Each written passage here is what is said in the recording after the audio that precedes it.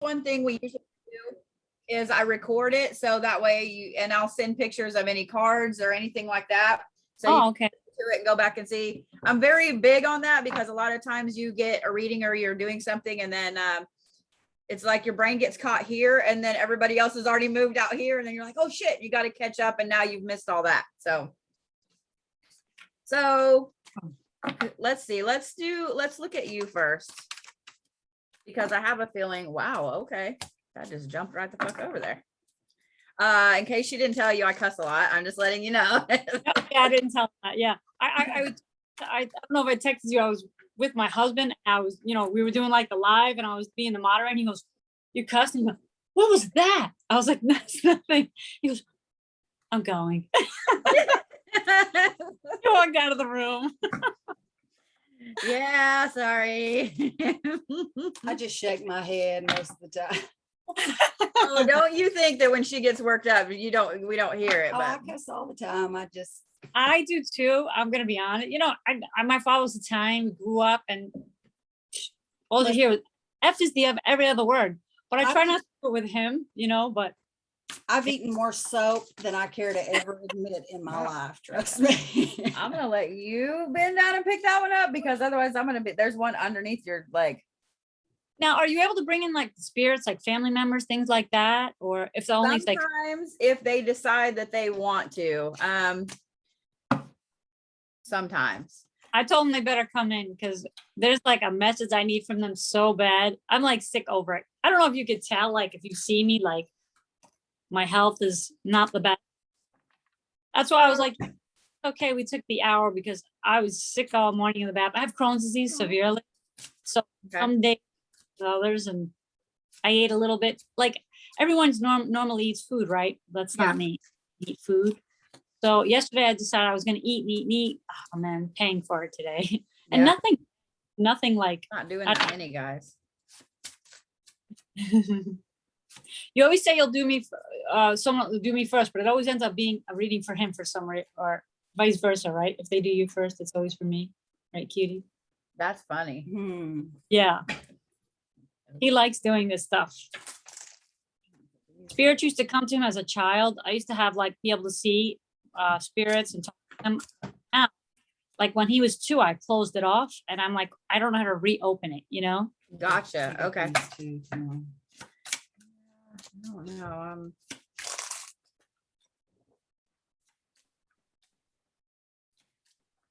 I was kind of nervous. I don't know why I'm so nervous today. Everybody always says that. They're like, I don't know, I'm nervous. I'm like, I don't know why. You guys do this all the time though, so it's easy for you. Yeah. I mean, sometimes I still get a little nervous. I think if anybody says they don't ever get nervous about making sure that they interpret the message correctly to give to someone else, then I think they're full of it. because just before I start, as I'm starting to turn the cards over, I always get this, oh gosh, here we go. So.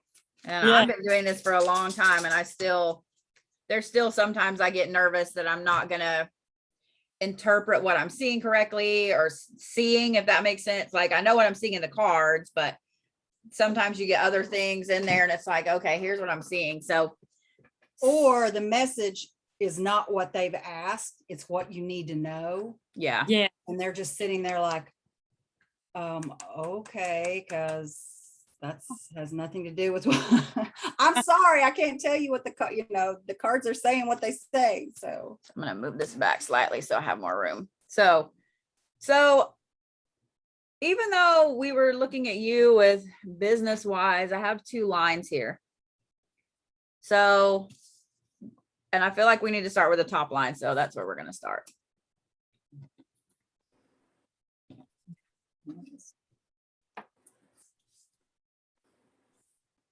I should turn that fan on, huh?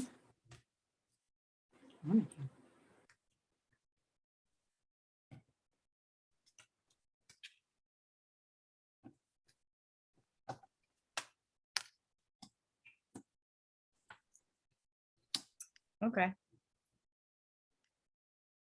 So I'll show you all these in this line and then I'll kind of tell you what they are. So, and it's hard to get them without the glare sometimes. So first off is the rattle, but it's upside down. Okay. And then you have hollow bone, which, yeah, let's turn that sideways. There we go. Which is actually teachability. So that's a really good thing for me to see like right off the bat. Let's try that. Okay. I don't know. I'm trying to get the lighting right in here during the day. And then there's truth. And then protection is upside down. But don't take that as a bad thing because I'm not. Okay. And then journey. And then fern. And then the broom, which is right side up. So as far as career wise goes, you're wanting to move to more of a passive stream of income. What's interesting about this line is there's a lot of movement here. That's why I said I like that the teachability is right there, because it means it tells me that not only are you in the space where you're like, I know I need to do something different, but you're in the space where you can learn, you should learn, and it's going to be easy for you to learn. But you're going to have to do some really good soul searching in a way to find out what it is that you really want to do. Because if you just throw yourself into something that's like, okay, that looks easy, I'll do that, it's not going to work out. And it is going to be something, that protection card upside down. I said, don't worry about it, because it's not that you're not protected. It's that you have to kind of step out of your comfort zone with whatever it is you decide to move forward with. It is going to be an interesting journey going down this path. And there is going to be a lot of upward movement for you. I don't really see a lot of down bad things here. But it is going to be like a hard journey, and figuring out what you want to go after first, what interests you. I mean, you really need to sit down and make a list of, okay, these are my passions. These are the things I care about. These are the things I love. Now, where can I turn this into an online income? And you're going to have to really do some soul searching and face some hard truths about the avenue you take to make that online income. The fern card is interesting because that's a lot of really rapid growth. So as long as you take the right steps first, like I was saying, like really do your research first before you just jump into something, there's a lot of rapid growth there. It is also that broom at the end tells me there is also going to be some stuff you're going to have to let go of. I don't know if it's maybe preconceived notions on a few things, or learning something new, even though you're older. I don't know what it is, but there's something specific that you're going to have to let go of. My husband.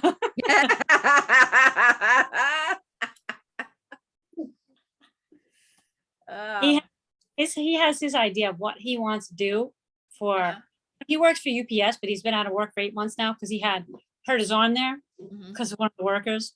He had to have a major surgery on his right arm. It healed. A bone grew in there. He just had to have another surgery. So now he should be going back in September, which now he still had, the bone grew back a little bit again. It's just like, what he's like, oh, I want to do the real. I'm like, you want to do the real estate. You keep pushing us. I've been doing it for you for years, but I don't want to do that anymore. That's not my thing. That's your thing. I need to have, him and I have different ideas of what we want. I mean, he's going to be set because he's getting all the business that we're doing now. He gets it all. He's my only one. So, you know, I want to make sure his life is set up. Yeah. And I think that's wonderful. What's interesting is the card I just drew, like just a card at the end. I usually use this deck last, and it's the pillar of light, and literally talks about being embraced by divine perfection going forward. So you're on the right track already. You've already started laying some of this foundation and some of this footwork here. But it is going to take a little bit. You're going to have to learn something new. You're going to have to really reach out and learn something new, but you need to really take a few days and, like, first off, make you a list. This is all my passions. This is the stuff I like, etc. And then literally walk away from it and come back to it a few hours later or whatever, and look at it like, fully think about it, what could I actually stand to do every day? What could I actually deal with every day? What were you going to ask? I actually started this affiliate marketing. I just started it. It's like a 15-day program. So I kind of just started it like 2 days ago. Mm-hmm. And I feel like this is going to throw us into the right direction. I'm not super computer savvy or anything, but it seems like it'll be easier for me to pick up. Yeah. Because they're literally walking me step by step. And I'm actually just about to start putting him into it. You know, like we want to kind of do it together. Yeah. So yeah. I don't know. Well, I think that that's absolutely the right path. I like that you've already started trying to learn something.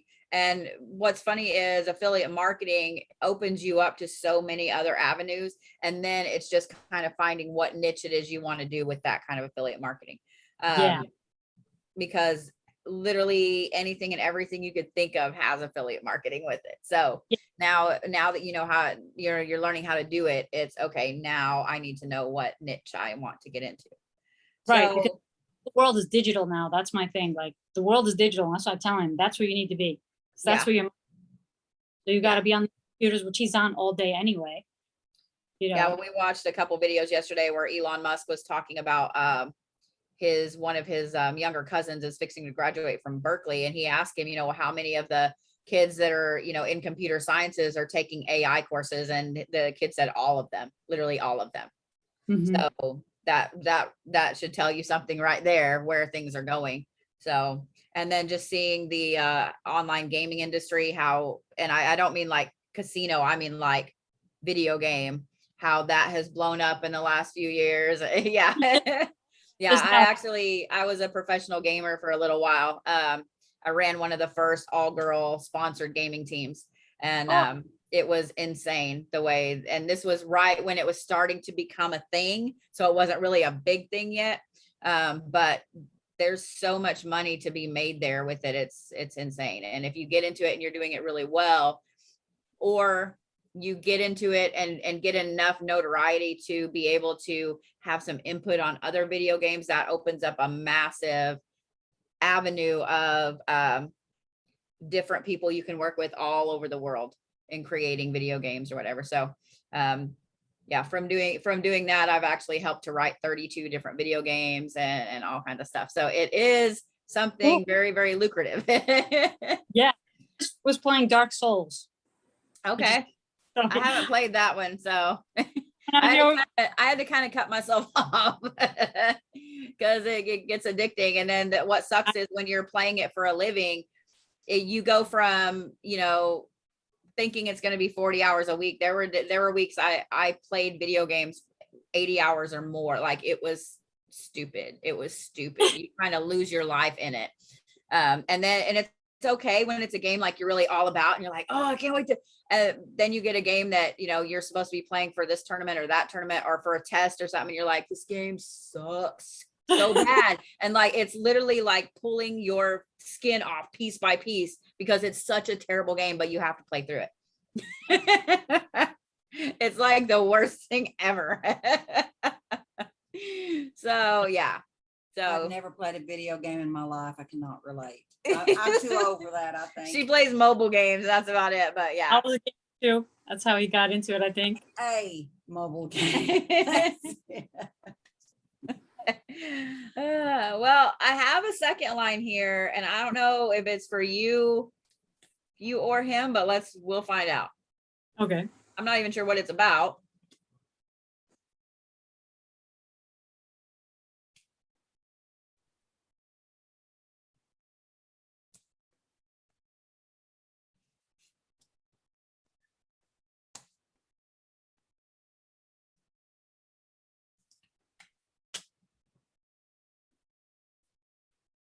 Okay, so I'm going to show you these cards and then I'm just going to interpret them and hopefully they'll mean something to you.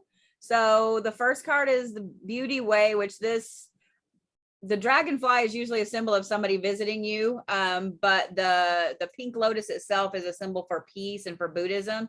And then you have groupthink, which is, oh my God.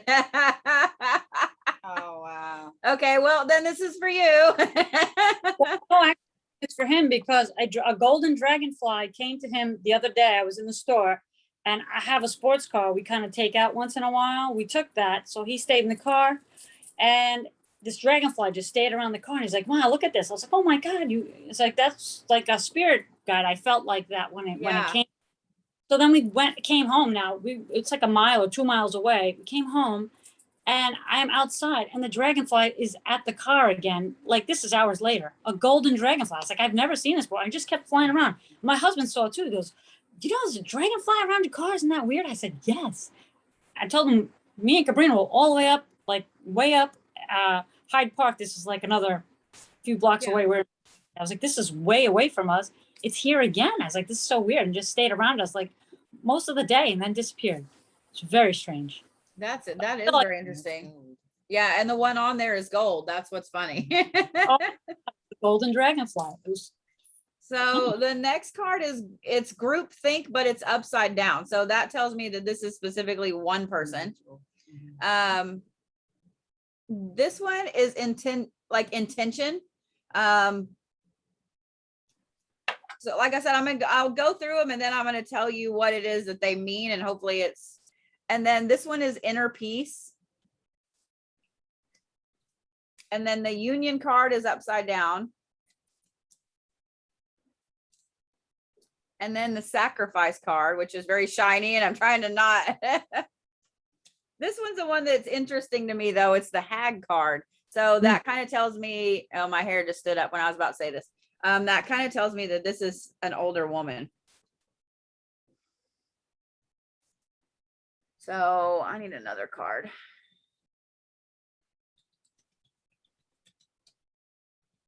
I feel like there's something else there because this is kind of telling you who this is.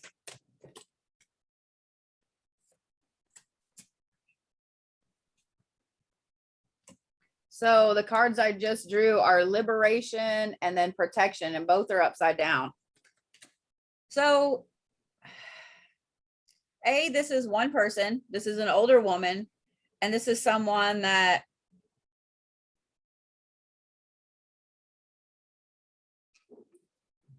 it's like I feel like they were ripped away from something, because that union being upside down and that sacrifice right there, it makes me sad, but not. I don't know if that makes sense. But it makes me feel like something was literally, they were pulled away. I mean, nobody ever just wants to go, but they were pulled away. And I don't think they had a choice this time, is what I keep hearing, this time. So that tells me this person had a couple of issues before where they were kind of teetering on that and they had a choice and they chose to come back. This time they no longer had a choice. But now I love that inner peace card there. That inner peace card there tells me that that's exactly what she found finally, was some inner peace. So that tells me that she had a really hard life, especially growing up. She had a very hard life growing up. Yes. And it still followed her through the rest of it. It followed her whole life. Yep. That's my mom. What's kind of funny is the intention card, the liberation card, and the protection card are upside down. So that tells me that what's funny is when I look at them, like if I was doing them in a reading, I would take them as kind of bad cards. But what's funny is with that inner peace card there, those three being upside down make me giggle, like giddy giggle. It's like, now that I have this inner peace and I'm not, it's like her brain was forcing her to always think about these hard things. She was an over preparer, wasn't she? Like, I have to be prepared for all this stuff. Now it's like I literally want to laugh. I'm trying to figure out the best way to say it. It's like she throws signs at you so much that they're overwhelming. And A, she thinks it's kind of funny, but B, it's almost like she doesn't realize she's throwing them at you at the same time. Like she throws them and some of them you catch, but the rest of them go like this. And I kind of feel her going like that, but then laughing at the same time and then literally throwing more at you. Sounds like my mom. She liked to play around. I see 555, 222, 1111.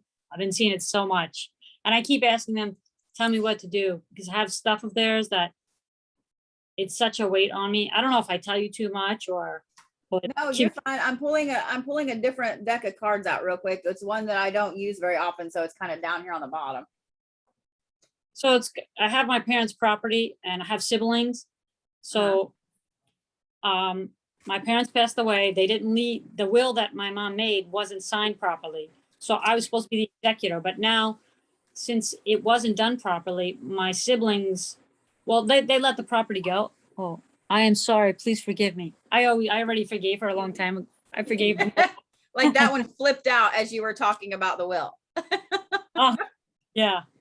Yeah, because I say to her, Mom, why did you do this to me? I am so sick over this because him and I really want to keep the prop. It has such sentimental value to me. I don't want to let it go. And it's costing me so much money. I send you loving signs through nature. So Okay. that dragonfly was her. Oh, really? That dragonfly was her. For that to pop up the very first card and then that to pop up and the fact that it followed you that far. Yeah, my hair's standing on end. So that was her. I have this weird little moth that kind of looked like that. It's over here on the plants all the time. I feel like it's my dad because I don't know. Could be. If you're, did they pass away very close to each other? No, my father was 2010. My mother was 2003 years ago, actually. 4. Okay. Now. So yeah, the dragonfly is absolutely her. Okay. Around you. I keep asking him, like, him and I talk about this property so much. It went to foreclosure. My siblings let it go. They didn't want nothing to do with it. Then I paid for it to get out of, make sure it didn't go into foreclosure because I made sure property. Now they have their hands out. They're like, oh, we want it. So they're trying to get me this. Now I have to sell it. I'm like, I'm not selling it. Well, you got to buy us out then. I'm like, screw you. You don't even care about it. You do not think about it. I have one sister in California who hasn't been here in literally 30 or 40 years. She moved when I was like 9 years old. And I'm like, what are you? I said, I'm only involving you because I'm such a kind-hearted person that I want to give a piece to everybody of something. It's 92. No, they want, I said, if I sell this, we're only getting like 5,000 or 6,000 each. There's no money here. It's like, you need $6,000 that bad? I'm like, give me a break. You know, like we want it because we love going up there. My sister even said, right? What was her exact word? She goes, you say, come on. What? Say, come on. What'd she say? She goes, come on, you know better than me. She doesn't think we're gonna go up there. And what was the other thing she said? She goes, come on, you're gonna go up there, something like that. Yeah. You know it. Come on, say it. He's so shy. I know, I see that. I can see the panic in his face when you were like, you can say it. He was like, no. Like I felt that. No. This angel, I love this kid. He's my like heart and soul, literally. He's changed my life for everything good. Well, what's interesting is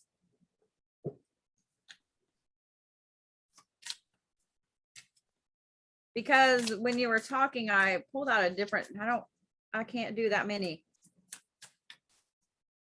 And the freedom card came out upside down. So that, and that liberation card being there too, tells me that there's something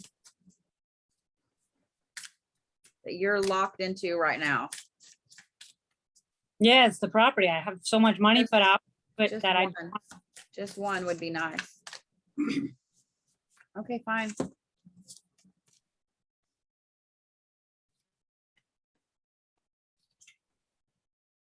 it's actually like killing my soul a little bit, like, because I feel like I may have to let it go, but I really don't want to do that. So there's the shift. It's literally holding you back.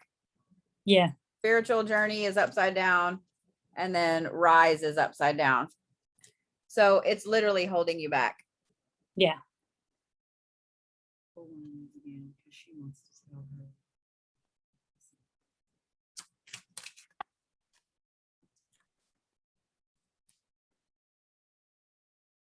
Okay.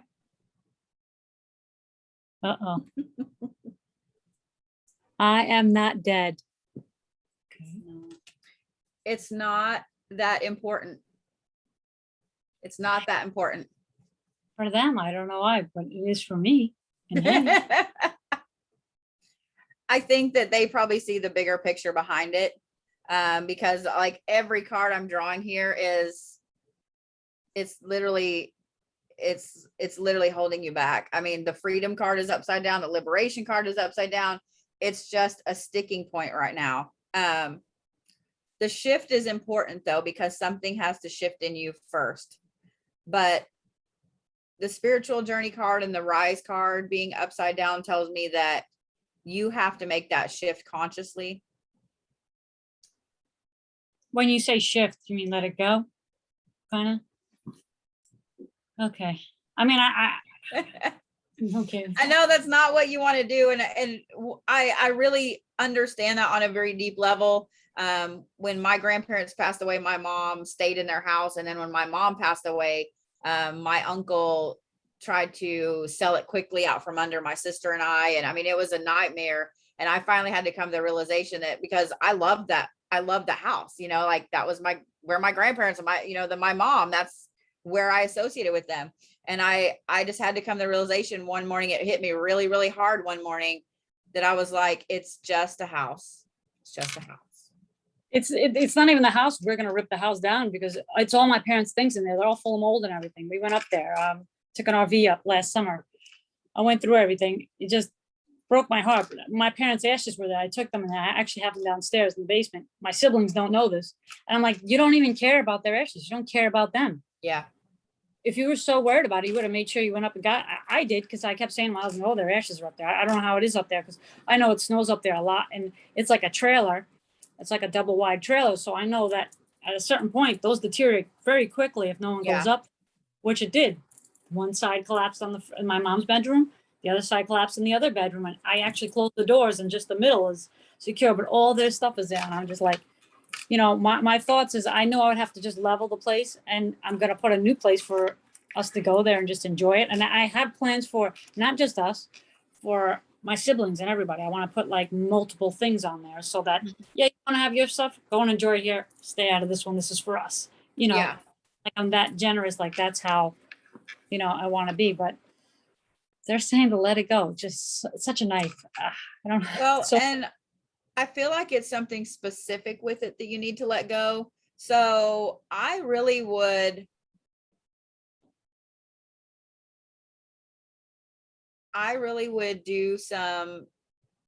find a place to sit and think and meditate a little bit and just let your mom know, because this is her. I mean, let her know like, hey, I need to know exactly what it is I'm supposed to let go of with this situation, because it's something specific that it's like a domino, and you have to hit that first domino.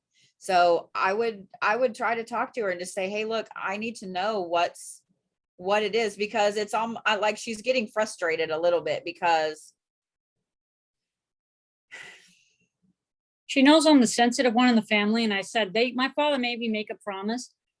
You know, one thing, just keep this in the family. I said, I could do that, Dad, if you put this at part, put my name on this. Otherwise, it's going to be a fight. You know what? I don't speak to my siblings. They're all like cut off. I speak to one brother. The other three are just sociopathic. It's horrible to say, but they're horrible people. Very horrible. I can't talk with them. And, you know, my sister that had my mom, I feel like she killed my mother, and that's why she was ripped away.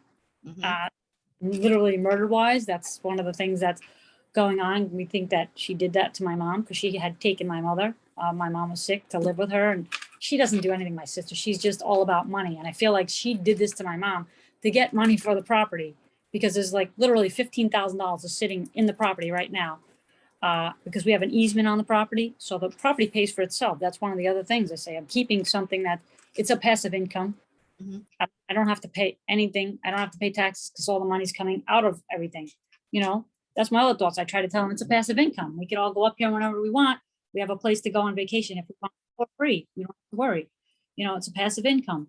They don't understand that. I have one brother that's a millionaire that he just doesn't speak to anybody anymore. Him and I were kind of on the same level for a while. And then, you know, he took off, and then there's a whole story behind it. My sister-in-law, Jacqueline, was married to him.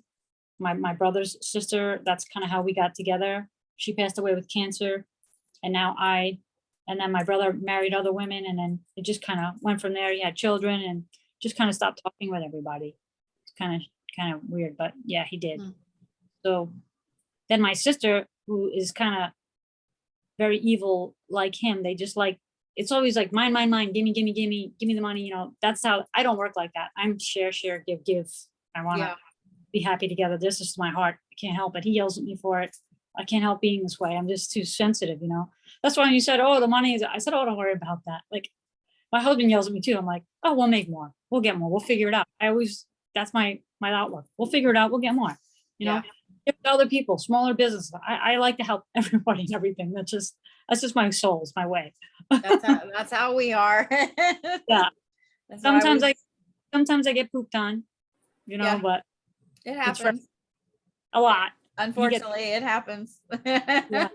Yep. We understand that on a pretty deep level too. Yeah. Very, very deep level. So I would talk to her because there's something specific. And being that this was like pretty obvious of who this was to you, tells me that it's also going to be very easy to connect with her on it. I mean, when you're on the other side, you can you see everything, not just what needs to happen. You see everything, all of the good outcomes, all the bad outcomes, every single scenario. So, And she may not be telling you, let the physical part of it go. There may be some aspect as far as with your siblings that you have to let go. I've So- let them, but like if I have to take $60,000 and pay each one of them, I just think it's ridiculous. My one brother Phil signed already everything over to me. He's like, yeah, no, because he wants to have it together. yeah. The other three, they're just the greed. The one in California, I'm like, I don't even have to include you in this. Like, but I did out of my kindness of my heart. And then she goes and stabs me in the back with my other two siblings, my brother Kirk and Phyllis. I'm like, you're gonna stab me in the. They wrote like a note. The lawyer just took the money out. I just had to pay some more money. He just took money out of that, and I was just like, okay, so the lawyer just took the money out yesterday. So what is that for? You know. So I'm just confused on this lawyer. I don't know if I could trust him 100%. He used to be my brother's lawyer back in the day. They kind of had a falling out, but I don't know if I could trust him 100%. I'm just like, you know, trying my best. Well, keep he's a lawyer, so no, you cannot trust him. 100%. Yeah. I mean, that's a given, but I think it's more inward to you that something you need to let go. Something that's holding you back spiritually in this. Maybe it's the feelings that it's giving you that it's not normally you. The way you're feeling, the anger it brings out in you. I have like, I don't want to let it go. It makes me cry. I can't, Yeah. you know. I get it. And this may not be, and that's where you need to get clarification for. I don't think she's saying let it go, as in let go of the property and be done with it. I think she's saying, sister, you need to let it go.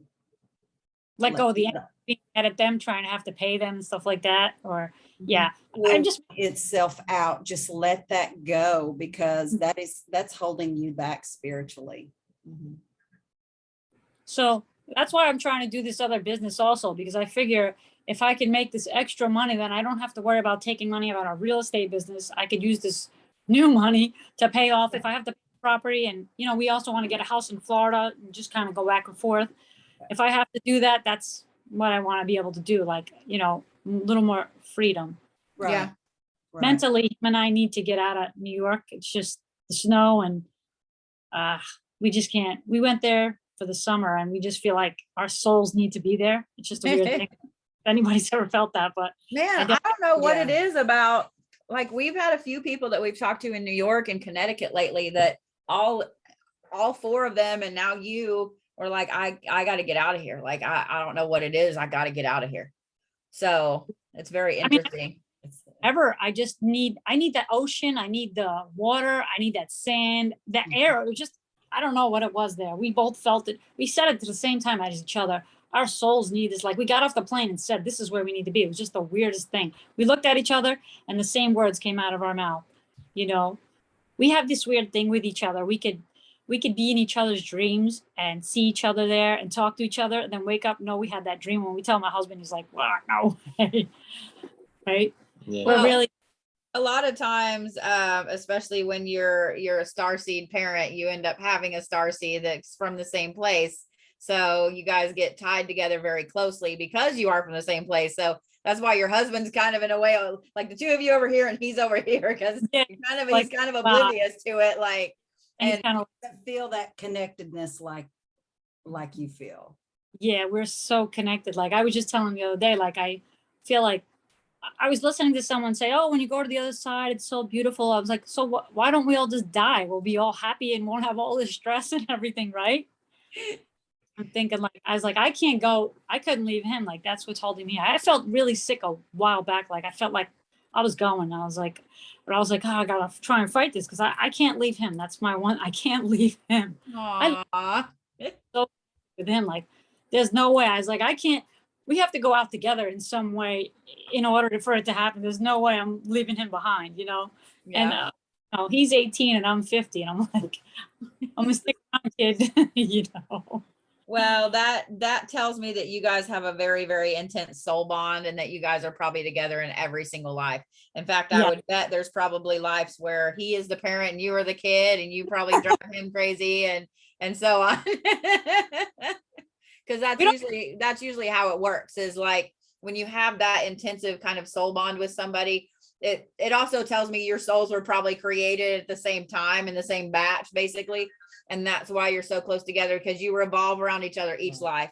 And it's always a family type, whether it's parent sibling, whether it's twin siblings, whether it's just super close siblings or whatever it is, but it's always something family wise where you guys are always together like that. So Yeah, the bond I is get that. insane. Yeah, such a connection. My husband's like, oh, you love him more than me. I'm like, no, I'm just very connected with him. I don't know what. I think I hear him coming. See, my smart ass, I'd be like, yeah. Yeah. Like, So I'm like, I don't know. It's normal to love your child more than your spouse. yeah, it's mean- a different type of love anyway. Yeah, it is. Yeah, It's a much different. So, and I think sometimes the other ones don't understand that. I heard that a lot too. It was like, you love that kid more than me. And I'm like, yeah. But with me, I was being serious. He thought I was joking, but I'm like, yeah, I really do. That's wrong. I shouldn't have said that. Yeah, I'm going to try to take pictures. Let me take a picture of this first line. Okay. And then, because this line down here is like, it's like all stacked up everywhere. oh, okay. Oh, see, my husband just got up. He's got to go to physical therapy. For Oh his my. occupational therapy. Okay. Bye. Okay. Trying to get them where I can get them all in one shot. Oh, yay, I did it. Yay. I get a cookie. Okay. I'm gonna take them. Okay. That readings for me. Is there anything a reading for him or? Yeah, I was Yeah. fixing to draw cards for him. We're probably Yes. going a little longer, so I hope y'all, if I'm keeping you, let me know. But I have a free. I make my own schedule. That's the thing. Like I'm kind of lucky that way. So I don't know if we're keeping you guys, but yeah, I have my own. no, we've got. I'm trying to figure out which ones were on the bottom line here. We've just got. A lot more money. I could give you more if we go too over. It's. I'm not worried about it, girly. Okay. We just You sound we're like me. You worked Yeah. very hard moderating. We appreciate that Yeah. immensely.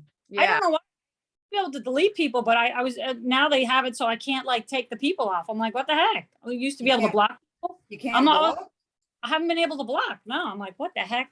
I don't know what's going on there, but I'll have to check that because my manager Crystal was on there the other day too, and she couldn't block people either. I had to go in there and do it. And I'm like, well, then what the hell's the point of having a moderator? yeah, If I- I have to stop what I'm doing and go through and hit, like that's dumb. It's dumb. yes, yeah. I was blocked before, but now when I went to do it the other day for somebody, the Jesus person, I'm like, Yeah. it wouldn't let me do anything. I'm like, what the heck? I was like, that's Oh, just well, you'll appreciate this. I made sure to put my my credentials up here. That's, Oh, finished it. like literally right behind me. I'm like, here you go. I know it's not really visible, you know what I mean? But I'm like, so the next time you want to Jesus me, there you go. sister-in-law is an ordained minister also.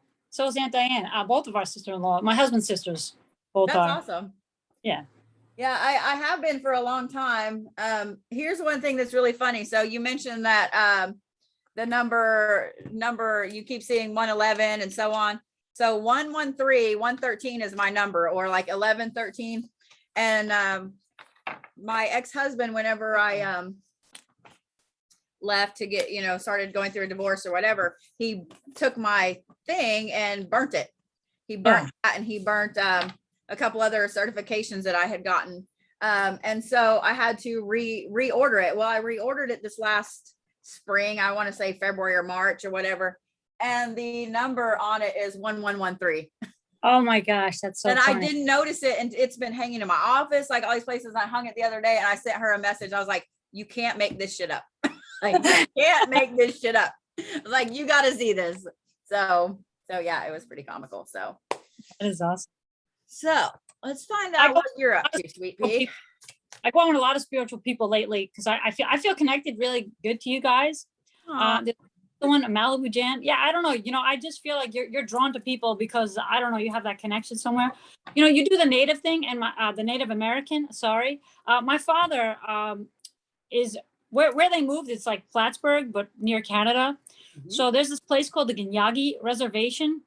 It's an Indian reservation. Now they didn't, really accept white men, but they had like a tobacco place. They actually accepted my father to come, and they did like a spiritual thing on him, like long, long time ago. It's like he said he's like the only white man that was allowed in there. He told me, Wow. Or, yeah. Listen, the Native Americans are extremely prejudiced, and they are also extremely prejudiced to other tribes. oh, Like I was told growing up, because the Cherokee and the Creek, we have the same types of ceremonial grounds and do the same ceremonies. And so they would come to our grounds and we would go to their grounds. Then there was this intermingling of the Cherokee girls getting with the Creek or vice versa. And it has never gone over well. I was told growing up that, nope, you will marry a Cherokee, that's it. So then as I got older and got interested in guys, I would bring somebody I met at one of our ceremonies to say hi to my mom or my grandma or my great grandma. And I'd bring them up and I'd say, this is so-and-so, so-and-so. And they'd say, nope. He's family. And I'm like, how am I supposed to find somebody? They're all family. I don't even know what you want from me. So yeah. Yeah. I was gonna be picking your woman. I was like, I don't know who it's gonna be, but if mom says nope, you gotta get rid of That's her. all I would hear is nope. He's kin. Oh God, really? How Oh my, close does it have to be? Because I don't know if I'm ever going to find anybody. But my first husband was full-blood Cherokee, and that only lasted a year. So oh my. I'm married to a guy as white as a driven snow. So Oh my goodness. Nice, but a big bite in my mouth because I was listening to you talk. I was like, oh, okay. Oh I no. tell the stories. Yeah, but my dad was like the only man, like even I went there with him. Like I never went into the back of the grounds, but they were like, oh, if you're his daughter, we're like, but they said they got the same vibe they got from my dad. Like I had the same like soul of him, like my dad. My dad and I were really, really close. My mom and I too. We were like really, really close. Mhm. I used to be able to hear my father's voice up until my mom passed 3 years ago, like really, really clear. He could talk to me. I could hear him very clear. Mhm. Now I can't. It's driving me crazy. I don't know why. When my mom passed, he said he was going to play a game with my sister Phyllis. He goes, Reen, I'm going to play a little game. I'm like, yeah, Dad, what does that mean? He just laughed. And I said, I got up. I heard him I said, okay. I don't know what that means. I told my husband. Then my mom passed. And I said to my husband, I think my mom's going to pass away soon. I don't know. But it was a few months later. But not without foul play, I feel like, Right. my sister was in a foul play. So I think that's why she was ripped, because I think my sister didn't take care of her. She was abusing her, like beating her up, kind of stuff. I don't even know. Like when I think about it, I want to go I want to hurt my sister, but I'm not that kind of person really. Our number. Okay. Hold on just a minute. I'm gonna let you pull that. I'm not that kind of person really to go and punch somebody out, like, Right. but I feel like I Sure want to. doesn't mean you don't feel like it. Yeah. Like if somebody hurt someone, like if someone came and hurt him, sorry, but all bets are off. You're going down. Right. Even my husband, like I'm coming after you. I might be 5'2". Crappy. Something happened with PayPal where we didn't even know we had orders sitting there. And So then- what are other, but you're able to read dreams? So we got everything. What's Yeah. that? You're able to read dreams? Yeah. Yeah. I'll have to look it up here in a minute. It's not like a regular dream interpretation, because somebody were to say, I keep dreaming about 3 lions coming to me. But if not, I can. Well, you can Google what dreaming about lions means. What I do is it's intuitive. We sit and we visit and we talk about what's going on in your life, where you're at in your life at the moment. And then when you tell me about the dream, it all correlates to what is happening in your life. So intuitively, I can tell you what having a dream about 3 lions in particular has to do with what's happening around you at the time.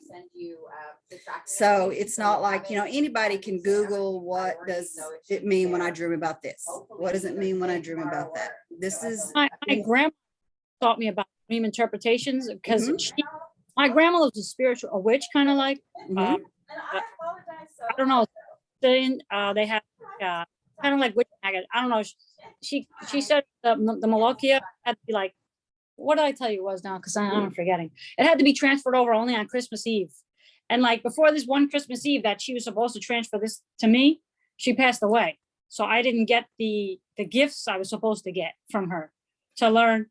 But as a child, like I know what certain dreams mean. I know when someone's gonna have a baby, Mhm. if it's a boy or if it's a girl. I see that always, like my nieces and nephews, they'll be on the phone. I'm like, oh, you're having a baby. No, I'm not. Well, my niece was. I was like, oh, Jess, you're pregnant? She goes, no. I was like, yeah, you're having a boy. She goes, no, I'm not. She didn't, they didn't want to tell anybody right off the bat. But yeah, she goes, and Serena, you were right. I didn't want to say yes. I was like, oh yeah, I know. I already knew it. Yeah. Yeah. Yeah, I see each child. Sounds like that transferred over, whether Yeah, I don't it feel was like going to or not. I used to be able to see vision stuff. Like I knew if something was going to happen really strong to like a family member or somebody. Like my brother Phil got in an accident, and I told him before he got in the accident, I was like, look, something's going to happen to you. Do this.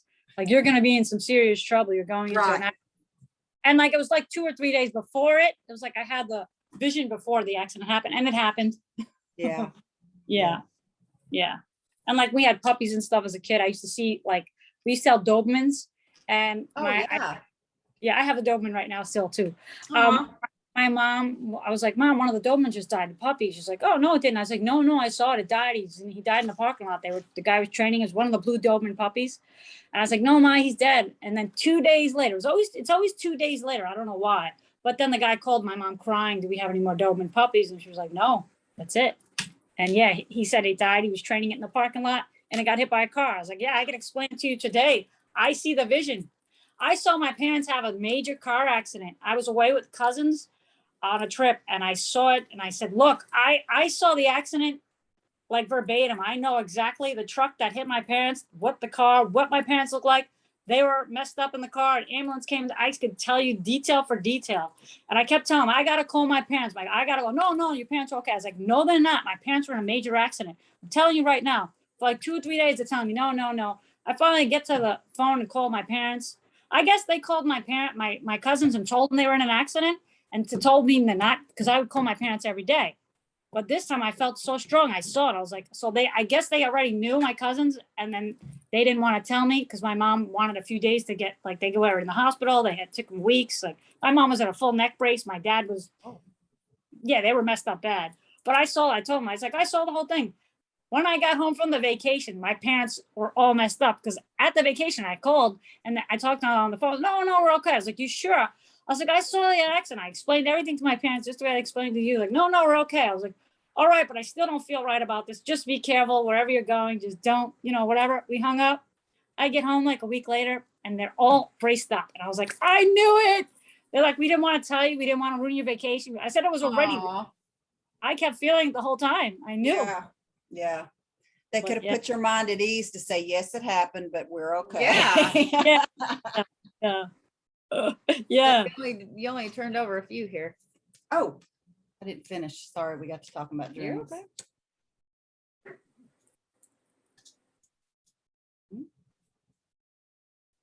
I want readings for him because he's kind of confused on what he want where he wants to go. He doesn't know if he wants to go in the military or where his next steps are. Well, Like, the way that some of these fell out, if a card falls weird, I always try to keep it that way. So So here say on the lives, cattywamped. Yeah. Whopper jawed. It's Whopper jawed. That's it. I said, I thought it was Whopper Jaw. Yeah, Whopper jawed. That's what my grandparents used to say, and I've always said it. Well, I called it cattywamped, and that's what I always called it. So. So I'm gonna send this to you real quick because the way some of these fell out is very interesting, and it has to do with how I'm gonna read this to you. Okay. Oh, I can't because we're on the if I open it, I'm gonna close it, right? So yeah, well, just so you'll have it, because Okay. I'm going to try to explain it as best I can. I wonder if, Oh, I see it. Yeah, one sideways. okay, so there's, It's almost like a Shift 'em. there we go. I'll shift them this way so you can kind of see. So this one right here is the magic card. And I know you were wanting some direction. This is For me kind or- of going to give it, but not, okay? So Me or- do what? Is this me or my son Cabrino? This is him. Okay, Cabrino. So magic, and then down here, this one, see how they're laying, this is how they fell out. So I was like, okay. This one is the will-o'-the-wisp, which is treasures hidden in the shadow. This one Mhm. is the horned cactus, which is resourcefulness. This one, and the way that they're laying has something to do with how they are affecting him too. But this one is the dust devil, which is moving out of being stagnant. And then this one over here is deep quiet, which is meditation and stillness. What's interesting is this one right here is the Ascended Masters card. And then back here is River Woman. So first of all, you have an amazingly powerful spirit guide that's trying to talk to you. Mhm. And this is one that doesn't come to a lot of people. Wow. So that magic card right off the bat tells me that I understand why you're really shy. I'll bet you probably have a problem being around a lot of people, that it gets overwhelming. Yeah. That you don't understand people. It's like, I don't understand why you're doing what the fuck you're doing right now. And it's not just that I don't understand it. It's like you literally cannot physically wrap your head around some of the things that people do. And so a lot of that is because you're a younger starseed, which means that even though your soul is old and it's been around a long, long time, being here on earth is more of a newer thing for you. So you're still kind of learning how to, sorry. Whoa, you hit that. Oh, It didn't stop though. It would have said it. you're still learning how to deal with people, but at the same time, your soul is like, yeah, no. That's him 100%. I try to talk to him. We go out for a drive like every morning. I'm like, he's like, yeah, no. Like, open up a little more, kiddo.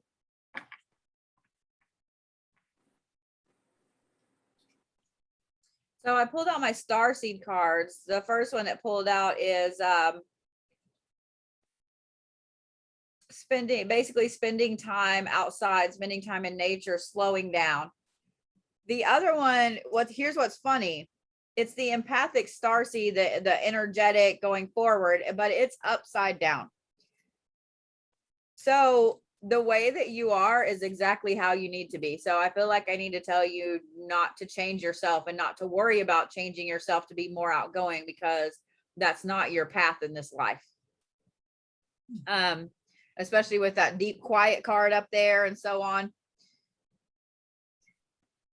You simply need to you need to do some meditation and some shadow work and try to unlock some of the reasons why you're here this time around. Because you chose to come here this time around and your mom followed you, because your mom's been here a lot more than you have. So even though you guys revolve around each other every life, there was a place where you guys got off track. And that's why you feel like you can't be without him, that you don't want to go somewhere without him, because there was a time where something happened and you guys got, so the way it usually works is that Got off sync.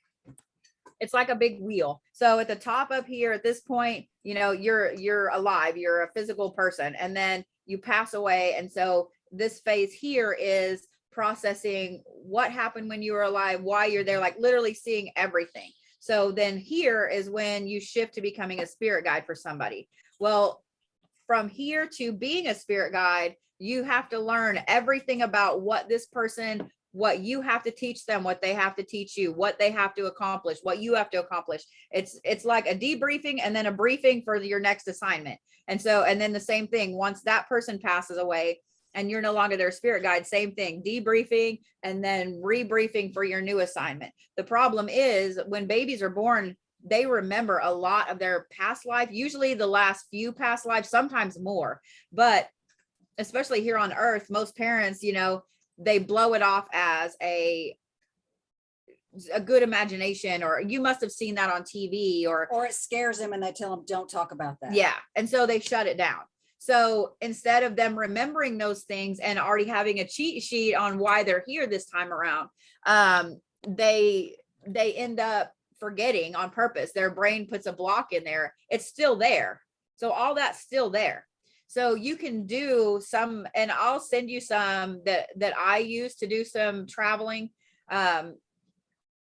You can unlock those things and find out some of the reasons why you're here, the reasons why you feel the need to pull away from people and so on. But something happened in that cycle where one of the lives you two had got cut short. And when that did, because you guys were on the same cycle, so you were always together. So when that happened, one of you continued the cycle, whereas the other one's still here, still alive. So this one's now not here. So now they're starting their cycle. And so then it was like this, where you guys were trying to catch up with each other. You finally caught up with each other, but I think you've only caught up with each other in the last maybe 2 lives, 2 or 3. So that's why you have this need that I can't go somewhere without you. I can't leave you. I feel like it's literally like a panic when you think about you leaving and him being here, and vice versa. He thinks about you being gone and him still being here. It's literally like like I feel it in my stomach. Like I'm gonna panic. Like I can't do this. Like you're talking about, I'm like that, because I'm like, if we move somewhere, our house has got to be next to each other or close or something like that. You cannot be living like, where Pappy and Nana, I had to drive 4 or 5 hours to get to them, and I couldn't get there at times because of snow. It's like, we can't do that. We got to be somewhere we can get to each other. Yeah. So it's either next to each other, or you're on that block and I'm on this block. That's as far as we're going. But yeah, that's why. And I would bet it's probably, I would bet something happened to his soul, that he's the one that got pulled early. And I would bet your soul probably either witnessed it or was right there around it. And so not only feeling that loss, but seeing that loss and having that soul that you're that tied to ripped away like that, and knowing it's because I have a feeling when it happened, your soul knew that broke the cycle, that something just snapped, something happened. So I think that's why you have that panic like that. Because I don't feel like this is just, this is my son, this is my kid, I love him. This is a soul panic when you think about that. Yeah, it's very deep. I always tell him, he has it too. Like he would tell me everything, like not like when a young kid does something, he told me every freaking thing there was to tell. Like, and I was always open with him. I was like, you tell me, come to me with no matter what. I don't care, drugs, whatever, come to me. He doesn't do any of that, but all his friends did. So he was like, Ma, they were doing this. Ma, they were doing that. He would call me on the phone. I would just drop him off. Like 10 minutes later, I'm home. He's like, come and get me. I'm like, what happened? I'll tell you in the car. I'm like, okay. I just fly there, wherever he was, I'd always pick up him and his friends, whatever. I was like, call me no matter what it is. I'm there 100%. Because the other parents we're all a bunch of, so it was Yeah. always me handling, everything for them. I Super understand that. I really understand that. Yeah. But and some of that, I don't think his soul would have ever in this life fallen into that kind of stuff anyway, because seeing these cards here and stuff, his soul, he like literally, it's not that I don't understand why you're putting that shit in your body. It's like, I literally can't wrap my head around why you want to do that. You know what I mean? Like, it's like, I literally don't understand what is the appeal. And so, and I would bet you think about it logically too later on, like, I don't understand why would you want to do that? Not just the physical stuff, but what are you doing to yourself mentally? And like, I would bet you go through the gamut of all of it, trying to understand why somebody would want to do that. But you're never going to understand it because it's not your soul. Your soul is not able to do that. Your soul is old enough that it's like, that is dumb shit. And I think that's the first thing you think of when they're doing stuff like that, is like, that is so dumb. Like, what are you doing right now? So your soul is so old, it's over it. You know what I mean? Like, you don't have that need to experience that. I need to be fucked up every weekend. Like, why? You're missing out on so much by doing that. So it's going to take someone very, very special to pique your interest. And they're going to have to be on this same kind of wavelength that you are before you ever even consider dating somebody. My God, this is what we talk about. I'm like, I got to find him somebody because this is exactly what he says. I'm like, there ain't no one out there. But I said, there is somebody out there for you. We just have to find them. Yeah. Yeah. And here's the thing. It sucks, but it's a glorious thing at the same time. It sucks because you see all your friends, dating and doing this, and there's all these girls and so on. And it's like, it would be so easy to be able to do that. But at the same time, your soul is on such a higher vibration that it really, all of that is just petty little bullshit. And it's like, I don't want to deal with any of that. Like, that's just dumb. Shaking our head time. Yeah. And so it's really going to take someone that's the exact same path you are, that she is exactly like this, exactly like you are, where all of her friends were doing this, all this crazy stupid shit, and she's like, she's the one calling, mom, please come get me. Like, I don't want to be here anymore. It's going to take someone exactly on that same kind of wavelength as you are. And I think it's going to take you a while to find that person. So it's glorious in that when you find that person, the way you guys mesh together is so much more deep than your friends ever thought about having. Because most of them, it's more superficial. It's more, well, everybody else is getting married at 21. I got to get married at 21. You know what I mean? They're caught up in the reality, the real world part of it, because their soul is from here, and that's what they get caught up in. So it's always going to be a much more soul type match for you than they'll ever have. And so in a way, it's sad because you can look at your friends and yeah, they look happy, they've got this great girlfriend or wife or whatever. But at the same time, when you meet your person, your connection is going to be so much deeper than they will ever even consider experiencing. And in a way, you get sad for them. Like, I hate that you will never experience something like this, but their soul isn't ready for that yet. Grandkids. So you will probably have some super, super connected grandkids. All right. He's like, yeah, no kids. He wants a girl, he says. Yeah, you want kids eventually. I see that. Yeah. He wants daughter. He says daughters. Oh, you're glutton for punishment then. Shit. I wouldn't know. I had boys. So. I have a son, and then I have a daughter, and then I have two stepsons, and like the boys were all about the same age, like within a year and a half of each other. So they were always the same age. They're so easy. They're like rough and tumble, and they're pretty easy. Like they're pretty straightforward with what they want. Pee outside. They don't bother you. My daughter, though, holy shit. Like, my ex and I always joke that if we had met and had her first, there would be no boys. Like, there would be no boys. So yeah, but don't get me wrong. I mean, the way that their souls are, it's so different. and it's both of mine are Leos though, and so they really, really are almost the same kid sometimes. But yeah, it's definitely a much different thing. But with you in particular, before you decide on a path to take, there's a lot of shadow work that you need to do. And it's not really even for this life. It's your soul. It's doing some meditation and some traveling and unpacking some things from past lives, from in between. And that is going to open your eyes to where you need to head as far as career wise, money wise, etc. I don't think he knows how to. I'll have to probably pay for your course or something for him to do it because we're not going to be able to. So on our live tonight, that's actually what we're going to talk about. That's what's so funny. I wish I had my little note things in here so I could show you, like, we're actually going to talk about some shamanic traveling. And I'm not so much going to teach people how to do the shamanic version of it, but how to do just some traveling and then portals and things like that. So we're actually already going to talk about that tonight. He doesn't go on social media. He has like OCD a little bit, so he Yeah. doesn't certain things. I don't know if you could tell that about him, but he's very like certain times, like he has to shut all his like, electronics off, no fans or anything, or certain things bother him. Yeah. Yeah. Is it the sound or is it the vibration that bothers you? Or is it both? Like the helicopter.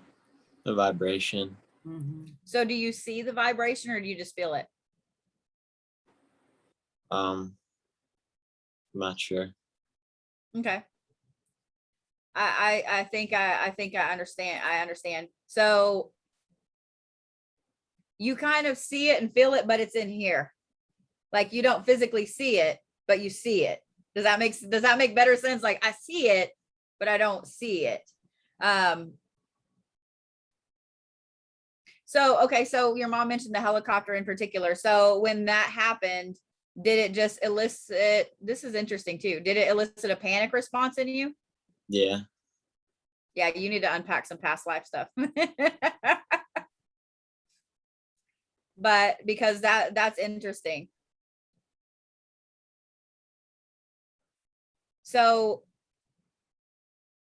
is it loud noises? Do they elicit a panic response in you? Yeah. What star seed is that?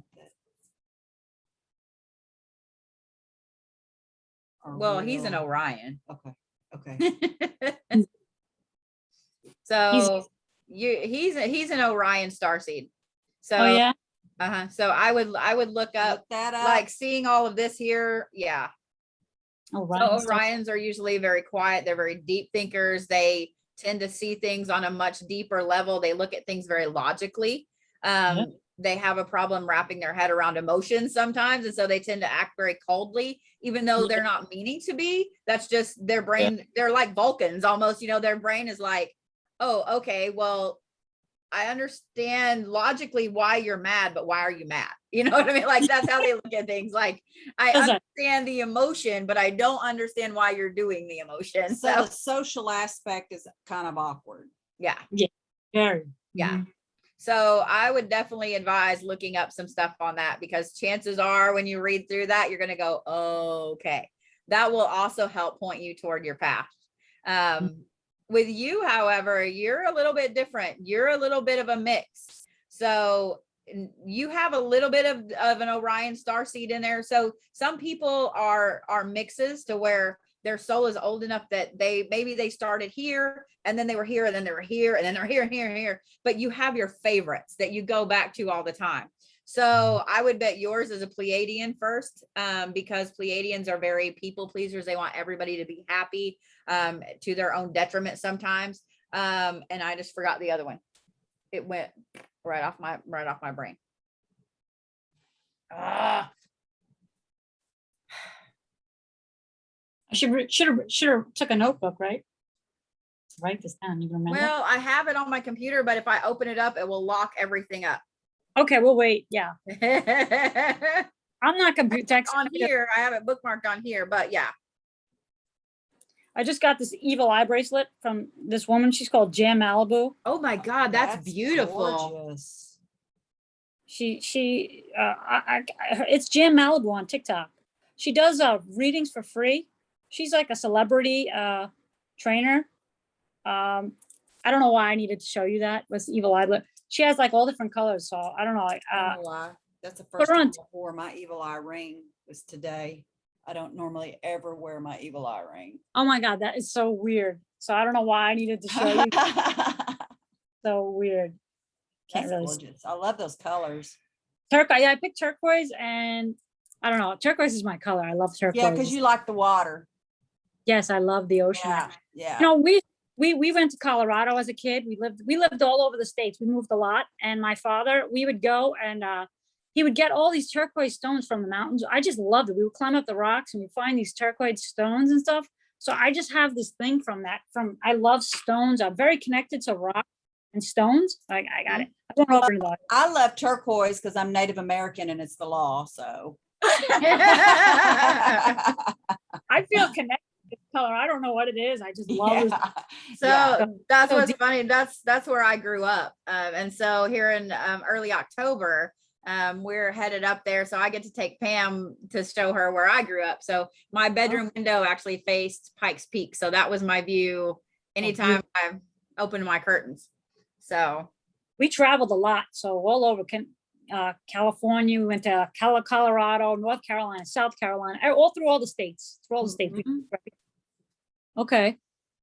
So open- yeah, Okay. so I sent you a link. It just kind of goes through a little bit, and I sent you the Syrian is the one I was like, it was right on the tip of my tongue, and then it went zip. Oh, Syrian. I was like, well, shit, okay. So, but that doesn't mean you don't have some Orion traits in there as well. But that article in particular is really good because it goes through what each one is and then a few of the traits. So you can kind of see like the overview of some of the traits and then fall down the rabbit hole. But you'll find there are different crystals that each different one is attracted to, different careers and so on. So it's really easy to kind of pinpoint, oh, okay, here's where all this is. That was weird. I felt like I was going to hiccup and then burp at the same time. And I was like, I don't know what that was, but that needs to not happen again. I thought it was your first yawn. Oh, no, Oh my no. God. I almost, no. And that's what's funny. And I've always done that. Tuesdays wear me the fuck out so bad because I'm drawing, you're drawing and you're reading and it's just like one after the other. And so when I'm doing them individual, like when I'm doing them per person, that's when the yawns are really, really bad. They're really bad. I get like really weak and drained if I'm around somebody who's too negative, which is my husband all the time. I have to go on. I'm like, I need this time for me. Don't come in my room. Shut the door. I'm sorry. Don't come in. Like, you need to put up a physical wall. Your intention needs to be to put up a physical wall, and you just tell yourself anything that is bleeding off of him will not come to me. It will bounce right off, and it will dissipate into the universe. You can literally set that intention and carry some black stones on you, and that will. I had black tourmaline, which I don't know if I might have lost it. I had it in my pocket. I carried it around all the time. And I have tiger's eye. I have a tiger bracelet with some black lava stones on them. I don't smoky quartz, because whatever that Yeah. negativity it takes in, it transmutes it, it turns it into good energy, and it puts it back out. I'm gonna put smoky quartz. So he might need some smoky quartz around him, because whatever he's putting out, it's going to bring him back. He's so bad. Like he even drives him crazy. Like we can only take so much. We love him to death, but we can only take so much. Yeah. Because rain from him. We're like, we just go in our rooms. Like, he's like, you guys just leave me alone.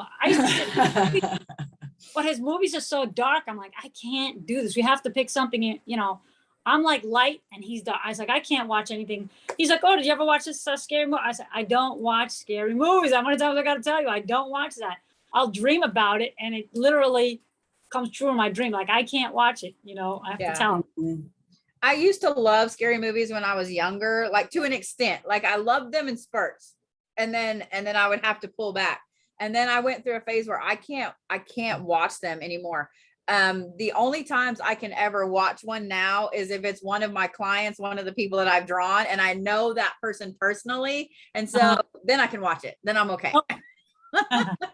Even though I know it's actually fake. watched The Nun the other day. And I would have never watched The Nun had we not met Bonnie, who plays The Nun.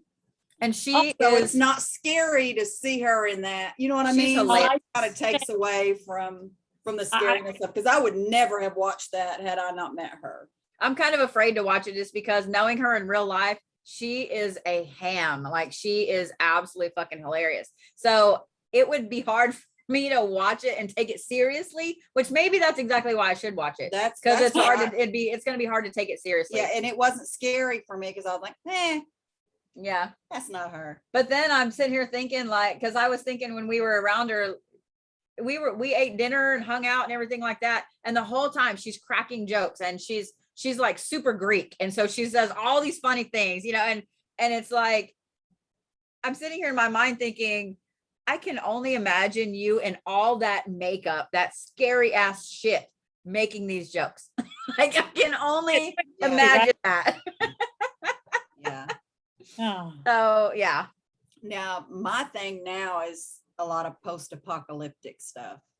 Yeah, you wouldn't even know, but I buy a lot of dehydrated. I like have cases. My husband's like, how many more things you gonna buy? I'm like, we need it. I feel it come. I feel it. He feels Yeah. something coming. I'm like, we need it. We need it. I was like, something's gonna be going on. No, it's not. You're just wasting money. I was like, no, I'm not. I was like, you'll thank me later when we're not starving and other people are gonna be coming on our door and we gotta Yeah. Yeah. done. 'Cause Yeah. That's one thing that sucks. I live right in the middle of Tulsa, but I live in kind of a quieter, I live literally, if you put a pin in the middle of Tulsa, that's about where I'm at. But the complex I live in is smaller and it kind of sits down behind some buildings and stuff. But I went the other day and I bought like $300 worth of shit, and it's all stuff that's non-perishable, rices and things like that. And then I've been making my son get cases of bottled water. Like anytime we go to the store, we're getting a case of bottled water. And it's like, I don't have the place to put it. But I said, we need to make a plan because we need to have a certain amount of water for you, me, and your father. Because I was like, my husband goes and buys 2 cases, but him and I drink so much water, they're gone. I'm like, I bought a case of 50-year water because it lasts for 50 years. I have 1 case of that, but I'm like, this is not going to last us. You know, the cans, I got it on Amazon. I'm like, this isn't going to last us. Like, so see, you got to start. The apocalypse is coming soon, you think?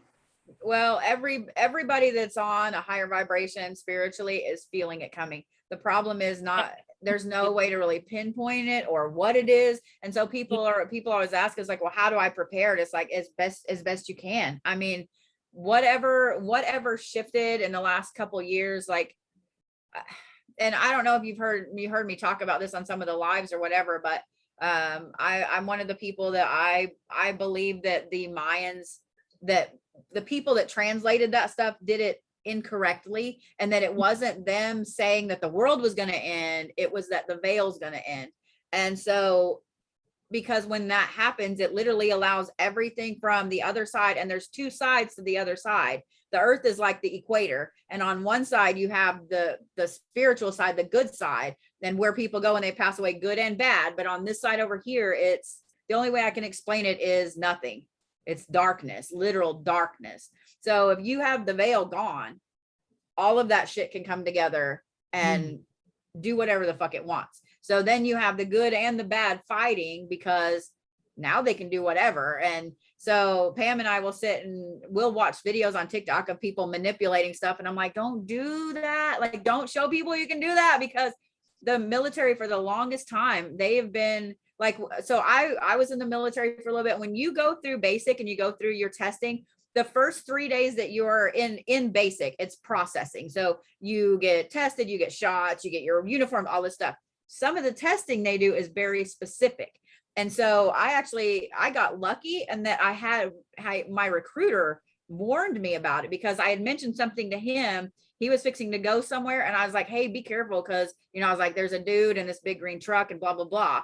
Well, when that happened, he told me, he was like, when you go down there, he was like, you fail those tests on purpose. And I was like, what? Why would I want to fail? Because I'm a Capricorn. I'm like, no, I'm going to win, you know? And he's like, no. fail them on purpose. And so when we got to that point and we were doing some of these tests, I was watching these other two girls and they were getting it right every time. And they had them go somewhere else. We never saw them again. Like they yanked them out of basic and they went somewhere else and we never saw them again. And so and that moment right there, because when they started doing those tests, they do them so nonchalantly, you don't realize they're doing them. And so when they started doing that, in my head, his voice clicked in there, you failed that test. And I was like, oh, and so even though I got it right every time, I was giving them the wrong answers. And so now it's coming out where they pull people that can do remote viewing. They pull people with any kind of psychic aspects. And it's not just the military.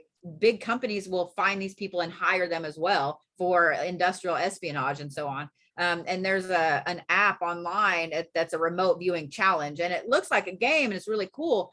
And we had a guy come into the shop and he was talking about it. I was like, oh God, I was like, please don't do that. Please don't do that. And he was like, well, why? It's really cool. I'm like, yes, it's really cool. I was like, but here's the thing. I was like, who is that app by?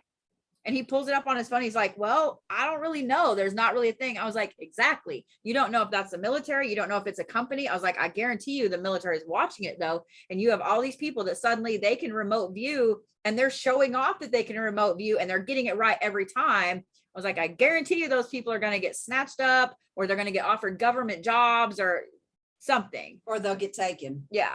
So I was like, don't do that, please. And of course he was like, I never thought of it that way. I'm like, you're in here talking about conspiracy theories all the time. And you didn't think about that. They think I'm the biggest conspiracy theorist. I'm like, no, I'm conspiracy knowist. It's coming. I'm Yeah. telling you, I feel it, I see it, it's happening, it's gonna happen. Him and my husband think I'm crazy, but he feels it too. And he'll say to me, Ma, when's this?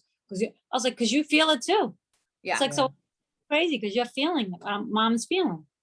Well, and a lot of people that are starseeds are really feeling it hardcore because it's almost like you've seen this before. So you see all the warning signs brighter than other people, where some people are just like, oh my God, this is gonna be really bad. I love conspiracy theories. And so I'm getting deep in it.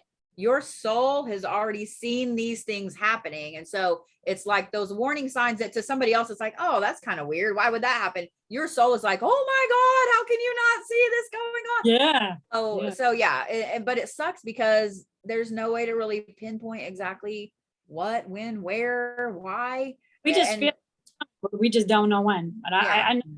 I've been stocking up stuff for years. I have like bins of stuff. My husband's like, what do I do with these bins? It's like, leave those bins there. We're gonna need them soon. Mhm. Yeah. They're in the middle of our walk. You know, he did all new wood flooring and everything. He's like, I was like, don't touch the bins. Leave the bins. He eats the food. I'm like, Sabrina, this food is that. Look at he giggled. Yeah, because he's eating. And I'm like, wait, what happened to all that? I had these like dehydrated ice creams. I had all this stuff. He goes, oh yeah, I ate that, Ma. I'm like, no. Now I gotta go buy it all again. Yeah, he thinks it's funny. I was just like, Oh no, he's over there giggling. you got a little giggle out of him, see? Yeah, no, it was funny. As soon as you said that, he was like, Goes all good laundry in shit. there. You know, I go through it. I'm like, wait, why are these all gone? And he's like, I ate them, Ma. I'm like, oh my God. I was like, at least I'll buy more now. Now I literally got to stock up on a bunch of stuff again. I'm just like, oh, I never got the veil kit from you guys. I bought the veil kit. It never They're in came. the mail. Yeah, they went okay. up. That's that call I took. So Oh, we had something happen with, like, I got yours, but like we had something happen where PayPal either didn't integrate or whatever. And so people were messaging like, hey, I ordered this. And I'm like, I don't see your order. And then I go into PayPal and look, I guess I had to go in and integrate something. I don't know. And so then suddenly we had like, was it 10? She was Eight, like, "Oh eight my or 10 God, orders, just like, here." bloop, and we were like, oh They've shit. just been sitting there and we couldn't see them. Yeah. Yeah, it was really weird because when I did the PayPal, it took out of my account right away, but it's telling me it was pending for you. But then it also said, like, if you don't claim this money back in like 7 days, we're going to put it back in your account. I'm like, no, don't do that. I'm like, what the heck is PayPal? This is weird. I've never seen this. Yeah. What's going Yeah, on? we had created a new PayPal for the Trillium Spiritual Center, and we ended up having to take it off of the website and use like our other business ones, because you keep it separate because okay, this is this business, this is Yeah. this. But we Yeah. had to use our established ones because I don't know what the fuck is up with PayPal, and I was like, we can't have that happen as a business. You know, it looks bad. Like we can't have that happen. So yeah, it was a mess. So we were like, okay, well, not doing you anymore. So Did you get pictures of these? I did. Yeah. I did. What colors are auras? Can you see our auras?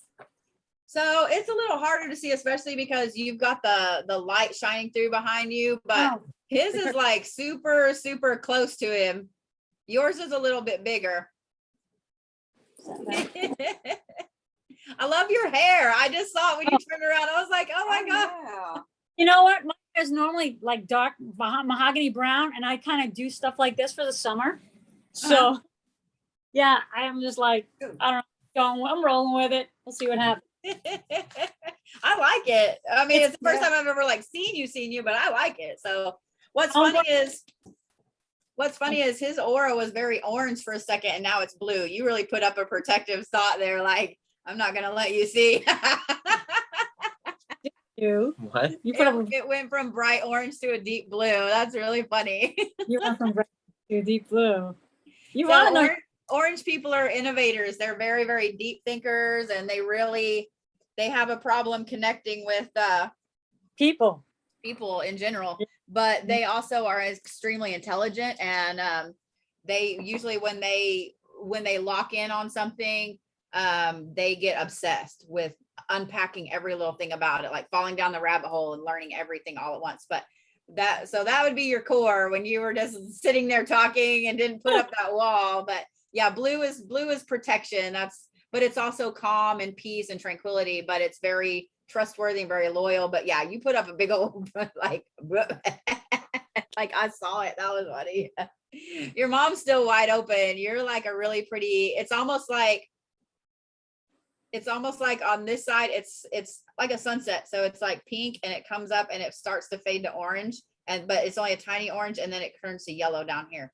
So pink people are peacemakers. They really like everything to be calm and happy and loving. Yeah. And but I love that. So the yellow part is on his side. So the yellow part is like that kind of always happy, life of the party. So you really try to pull him out of his shell a lot. Yeah. Yeah, I do. I try to make him like, because, I used to be like an introvert, and not talk or anything. And then I had to work in Manhattan, and I had to work with like millionaire people, all the rich, like the biggest names you could come up with in Hollywood. I worked for them, and I was an electrician. That was my trade. So you talk to them or get the heck out, and I kept that. So I was like the head woman on the job of, I was a mechanic. I was like the boss woman.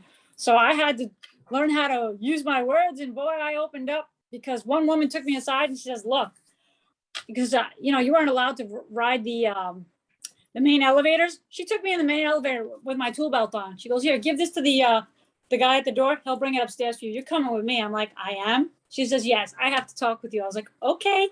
Yeah, 20-year-old girl here, working with all these rich people. So I was like, okay. She goes, I have to tell you, you need to speak your words, open up, talk. She said, that's going to be your biggest adversary for dealing with people like us. Because she goes, I'm born into money. Some of these people come into money. She goes, we're more stuck up. She goes, there's something about you I like. And she gave me all this very good insight, and I took it and ran with it. I tried to give it to him too. Yeah, I took it and ran with it. So I tried to give it to him too, but he's still like, yeah, ma. It's like, yeah, still not gonna. Yeah, I'm mom. like he is. I'm just kind of here. I've always been loud, talk to everybody. I don't care. You get quiet. It's very cute. I find you guys to be a very good match. I think that's why so many people go, are y'all partners? Yeah. Partners. And it makes her mad every time. And it's like, she'll say even days later, I can't believe they said that. Blah, blah, blah, blah, blah. Like, it cracks me up. I'm like, I don't give a shit.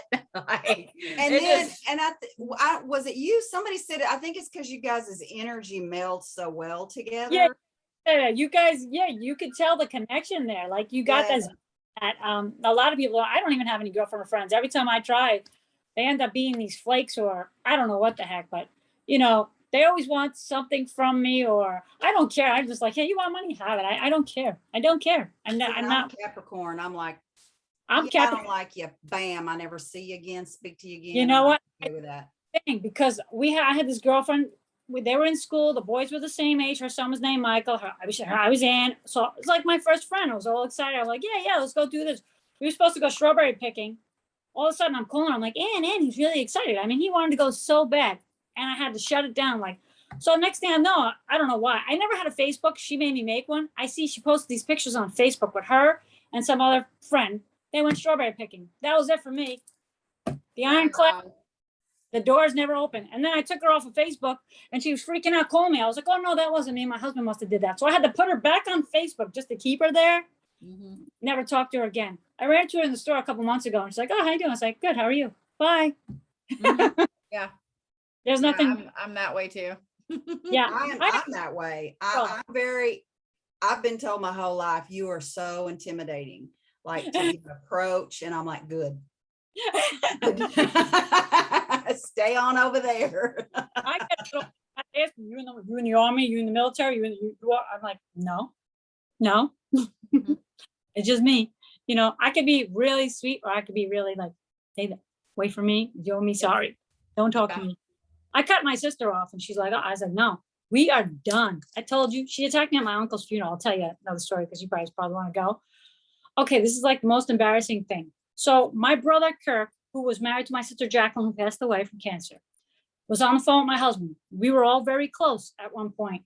I was never close to my brother. He always had this thing with me, always a sibling rivalry. I don't know what it is, but like, he always had this jealousy for me, always.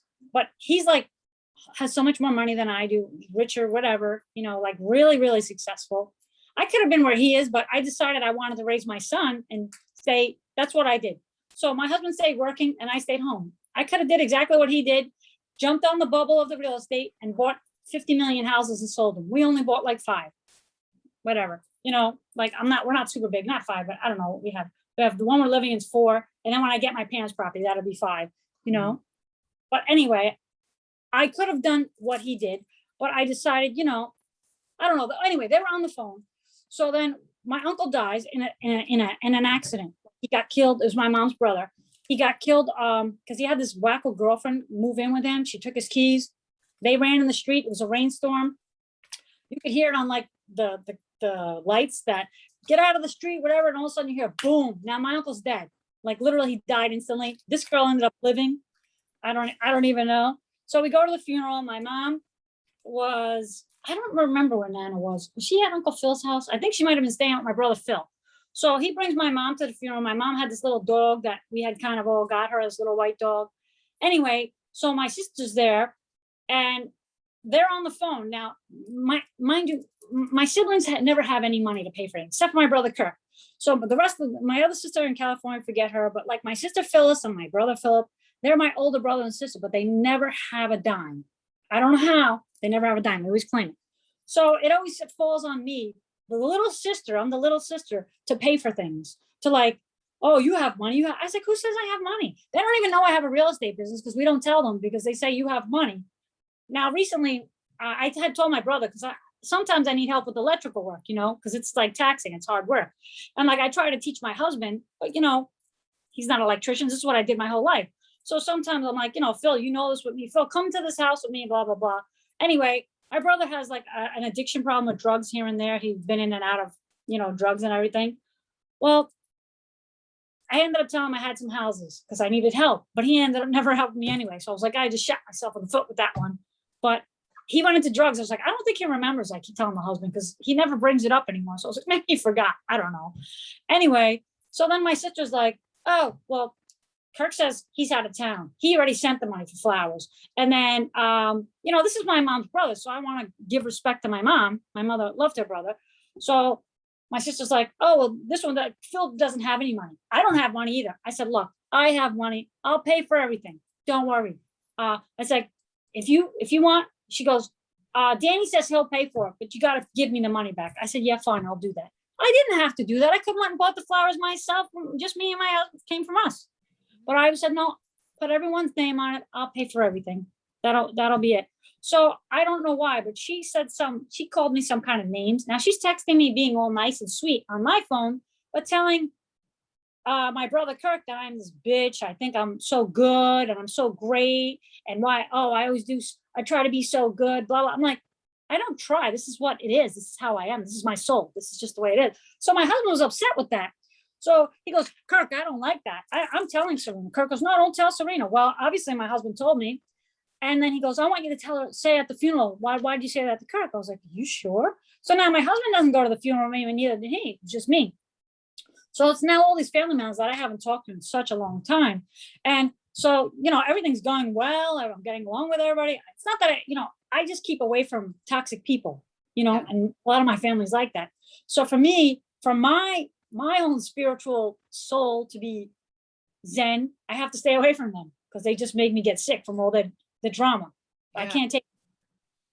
So, it's the end of the night. My sister's having this major attitude at the funeral. I'm like, Phil, so you okay? Is everything all right? Now, mind you, my husband had a heart attack and almost died a few months before this, like 6 months before this, or maybe a year. So I can't get it exactly right. I forget my dates. So I didn't talk to my sister for almost 2 years because she made fun of me for crying that my husband was going to die and had a heart attack.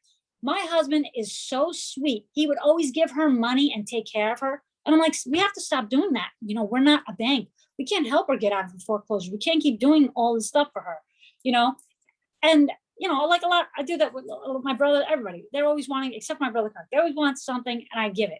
I'm just too nice like that. That's why I said getting the pooped on.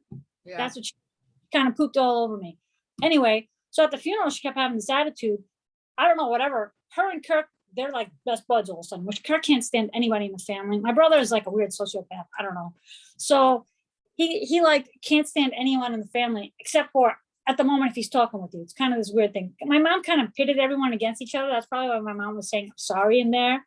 I kind of understood that. Like she made us all like have a thing against each other, but I would never do that. So I would say, no. You got them, whenever my mom would say, oh, this one said this, I would have the other one on the other call waiting and put it on. And I said, yeah, well, what'd you say, Mom? And now this one heard it. I was like, now we all know it. So now there's no secrets here. I don't play that game. I was like, I don't do that. It's all gonna be in the open or nothing. I said, I'm sorry. Don't sit here and talk about this one and then try to make this one. And then, I said, I would never do that. Anyway, long story short, we're at the funeral. My husband said to say this to Phyllis. Now, I guess because Kirk said, don't say it.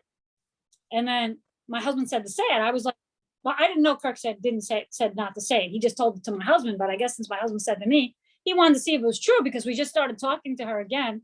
She put a bunch of stuff on Facebook about us, but she didn't use our names in a while back. And I tried to tell my husband, like, look, I need to cut her off. That's it, hon. And he was like, oh no, I said, she's not nice. She's evil. And I was like, I'm just telling you because I feel it and I know what I know. Anyway, so we gave her the second chance. We're talking. And then at the funeral, when I said it to her, like the funeral was all done. Everyone's outside. Now everyone's walking out and I had gone and she was there for like, I don't know, like at the end for one thing. I don't remember. She needs to be the center of attention because it was my uncle who died, but my cousin Kenny, who's an only child, didn't really know how to handle everything. So she said, I'll do it for you because she needs to be the center of attention. She's kind of like that. So she's doing it. I'm sorry, the story's so long. And so I go up to her, I said, Phyllis, did you say to Kirk, oh, because we were buying all new appliances because we were redoing the kitchen. We ended up using the appliances for one of the other houses, but whatever. She goes, you fucking bitch. She just started cursing. I never in front of my uncle's body. I'm like, Phyllis, this is so disrespectful. I was like, you don't have to curse. I just asked you a simple question. It's a yes or no. So she just started cursing. Now I have my cousin, a couple of my cousins, Gregory and a few other my cousins are around me. They were shocked the way she was talking to me. And they were like, you're disgusting, Phyllis. What's wrong with you? Now this just sets her off the edge. And I was like, I'm walking away from my uncle's body. This is just so disrespectful. I said, Phyllis, don't do that. Don't curse like that. Like, she's like, fuck you, you little bitch. You think you're so good. I'm like, let me get away. Because I already could tell her trajectory is start swinging. And I don't do that. So I'm like, I always said, you hit one of your siblings. That's like, you don't know them. That means there's no ties there. You would know, because I was taught by my grandmother, old school, you don't hit your siblings. You are connected and you don't, it's very disrespectful to hit one another. Like you don't do that. Like that would break a tie, and that's what my grandmother taught me. So I'm like, and I told her this years ago. So I said, if you ever did this to me, it would break our ties in such a way that I wouldn't talk to you again. I said, and believe me, I won't. She's like, oh yeah, you're full. I said, no, Phyllis, I'm telling you the truth. That will happen that way. Anyway, she did it. So now we're outside. I walked past her. So I said, Phyllis, she starts saying a few more things. I said, listen, we don't ever need to speak to each other again. whatever, it's not a big deal. Just leave it alone. I really don't care. If it's that big of a deal to you, like really? So now she's on her phone. She's all mad. I walked past her. I'm not thinking anything now. I have my aunt on my arm. I was in a major car accident. So I have a real bad problem with my right leg. So if there's any unbalance, I can't really walk good. And my aunt was having problems. So we actually took each other by the arm. She actually recently passed away. And we were walking and trying to keep each other steady, you know? So my sister comes up behind me and attacks me. Now I go flying down to almost to the ground and my aunt goes flying. I don't care about me. I'm just thinking of my aunt. I get right back up and I grab my aunt because she's almost falling. And Janet, now my sister's still attacking me. I'm not even aware of that. I'm really just thinking of my aunt. Now my cousin comes running over and somebody else, they see him. And my aunt starts yelling at Phyllis, "You're disgusting. What are you doing? Blah, blah, blah." And now all my other cousins come around and I know it's coming. They're going to blame me. I'm like, how? I know this is happening. In my mind, I saw it coming. So I just put my hands behind my back and just let her scratch me, spit me in the face.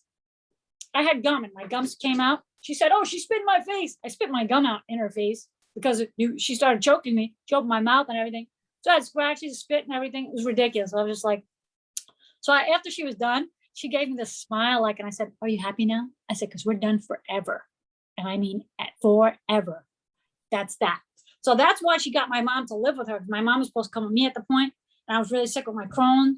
And at the time, we had another Doberman before that was dying of cancer. And then he was going through some emotional stuff. So it was just like, and my husband was still recovering from his heart surgery. So it was just like all this, I couldn't take my mom in. So I had set up a place for my mom to go, but my sister got her, you know? And I think it was all to do being spite. So if I got mom, you have to talk to me because she knows I talk to my mother every day. I was like, that's not happening like that. So I would try to send my mother letters or notes and everything, but yeah. Anyway, so I cut her off. I told, that's it. We are done forever. This chapter is closed. I got all happy because I had to talk to her a couple of times because my mother was dying. So I had to talk to her. And, you know, and then some funeral plans, I had to talk. I said, I'm only talking, she starts, I said, listen, I'm not here to talk to you about your life story and that you got Doberman now because you do everything I do. I said, I really don't care. I was like, also I'm here to talk is business. And when we're done with that business, we're hanging, and that's it. There's no other, I don't need to hear about your life and how you're sick. I said, I don't want to know none of it. I was like, we have no ties. We're done forever. Oh, I said, no, we're done forever. Now this property is making ties again. What she thinks. I'm like, no, I'm not going to talk to you. I will. Now I have my niece going in between us to talk because I get such a knot to talk to my sister Phyllis. I just can't because I felt like she killed my mother, you know, and she's just so evil that I can't. I'm sorry. But there's like you said, Capricorn, I had to put the hammer down. It's down. It ain't coming back up. That chapter is closed. I told her I'll see you in the next life because that's the only time I'll be able to talk to you is when we pass over. Other than that, I'm not talking in this lifetime.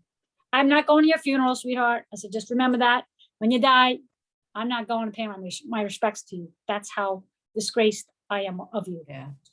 I don't blame you. Yeah. I don't blame you. Anyway.